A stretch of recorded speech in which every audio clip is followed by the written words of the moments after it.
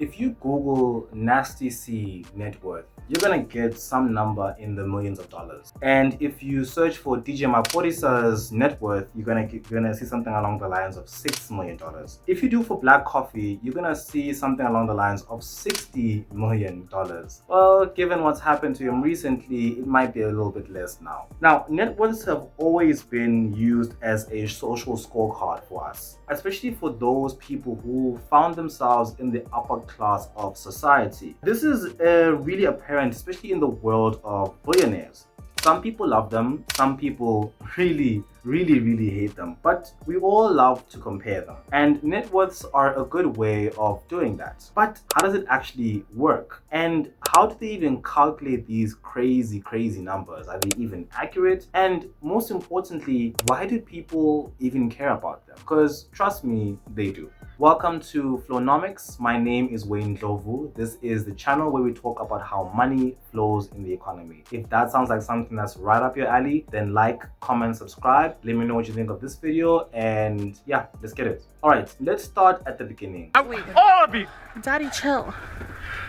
What the hell is even that? Well, a net worth is essentially a financial snapshot of a person. And spoiler alert, it is not how much money you have in your bank account. Stop the cap. Stop the cap right now. Stop the cap. So when you see a billionaire that has a ridiculous net worth and you're thinking to yourself, man, he could easily give me $2 billion or $10 billion. And it's not even a lot of money.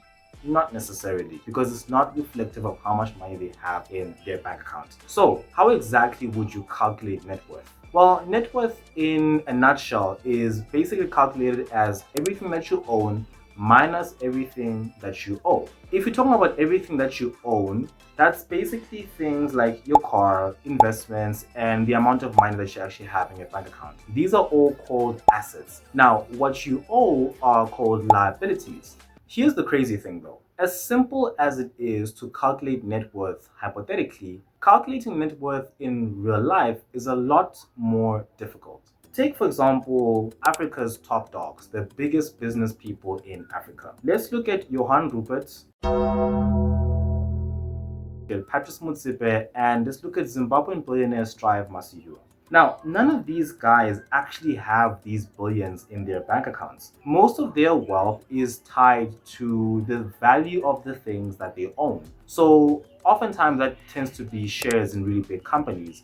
And oftentimes these companies exist in private stock markets, so in public stock markets, meaning that the value of these shares that they own fluctuates day by day. This is exactly why all of a sudden you see headlines talking about how a billionaire made $20 billion in 5 days. He didn't actually gain $20 billion in his bank account. It's just that the value of the things that he owns increased by that amount of money. This is also why there is no billionaire that is worth more than the companies that they own. Not to mention that these billionaires also do their own things on the side. Not everything that they do has to be publicly announced. So if they make a private deal here or there, incur debt in this area or that area, they are not necessarily obligated to disclose that, especially if that has nothing to do with their main public companies that they typically own. So even if you did calculate their net worth using the stock price and the amount of shares that they have, you also need to take into account all the other things that they do on the side. Who knows? They might also own properties no one knows about, or might have artwork in their households that is increasing in value. This gets even more difficult when you look at smaller figures like musicians. If you look at Nasty C's net worth, for example, it says $5 million. Now, I'm not going to sit here and say that's wrong or right, but I'm putting my money on it being likely wrong. And the reason why is because you have to ask yourself, where exactly did they get that number? Because Nasty C does not make any public dealings completely public. He's not going to let people know if he owns shares in a small business, and he's not even going to let people know how much in shares he actually owns the business. Nasty C also owns a record label called Tall Rags. How much is that worth? How much of it does he actually own? Who owns the rest of it? How much does it produce? How much debt does it have? These are all questions that he does not have to answer to the public. He can answer to the necessary authorities, But that's pretty much it. So again, given all of that, where did you get the $5 million amount? Now, this is the same thing with Casper, Black Coffee, pretty much any celebrity you can think of. Check my network. Is it close or is it off or is it? Honestly, I'm gonna let everybody know now. Yeah.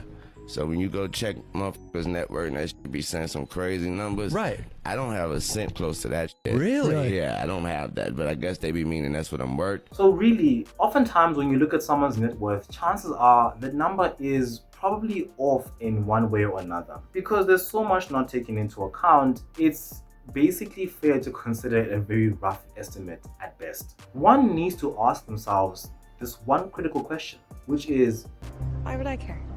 it's a really good question, but the answer is essentially psychology. Now, there is no material value in knowing who's richer between Bill Gates and Elon Musk, but that's not really why people do it. We also like to compare them. The same way we like to compare ourselves to our co-workers, and the same way parents like to compare their kids to the kids of other parents. Human beings like to measure. It's a social scorecard. People treat you differently the more value you're perceived to have. And I think if you do enough research when it comes to these billionaires, for example, and you ask them and you watch interviews where they're asked, has your quality of life changed ever since this point or that point? They all oftentimes say that once you get to a certain level of wealth, your life doesn't even change that dramatically. It's very difficult to differentiate between this guy and that guy just by looking at their lifestyles. So at some point, it's not even about the money as opposed to it being about the social credibility that it buys you and the social credibility that we give them.